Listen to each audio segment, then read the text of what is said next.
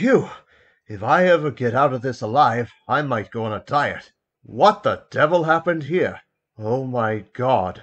Yes, Edward. Yes, but first things first. Let's get these engines back to Tidmouth's sheds so they'll have a place to stay for the night. I was at Tidmouth Station, and I was just getting ready to board the train when the explosion happened. Everything happened so fast, and the next thing I know, James is racing out of the station without the brake coach. The passengers inside that coach scrambled out. Some of them ran for the hills, while the others and myself ran inside the station for cover. When the radiation hit, some glass broke and cut my forehead. After I'd made sure it was safe, I called a bus service for the passengers and ventured off to find survivors. I eventually wound up here, where I found poor Thomas stuck in the shed. Some trucks were jamming the turntable, blocking entries and exits.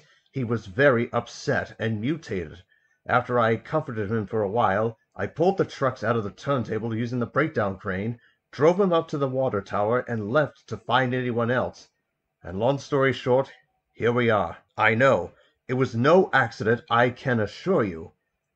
Well, let's just say that I've had a really shady past with this man, and that I think this was all a part of some plot to sabotage the railway. No! Stop! Don't do it! I see. Boko, I want you to follow us and bring the captive with you. Cut the crap! Who put you up to this? Who are you working for? I'm only going to ask you one more time. What happened to the power plant?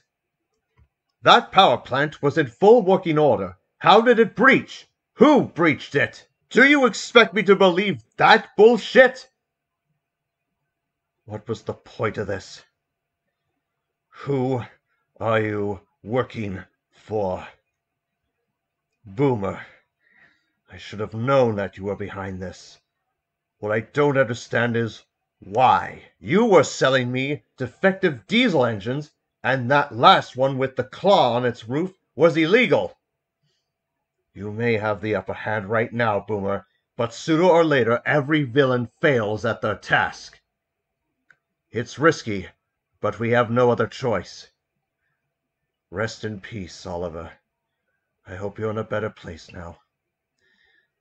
Everyone, we are gathered here today to mourn the loss of the engines and people who tragically lost their lives in this staged nuclear fallout. Well, Boko, the railway will close for a while.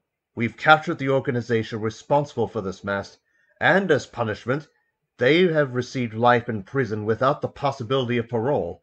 But first, I have ordered them to manufacture a cure for the infected engines. It'll take some time before it's ready, and that's why the railway's been closed. Once the cure is given to the infected, they will all be going to steam heritage railways.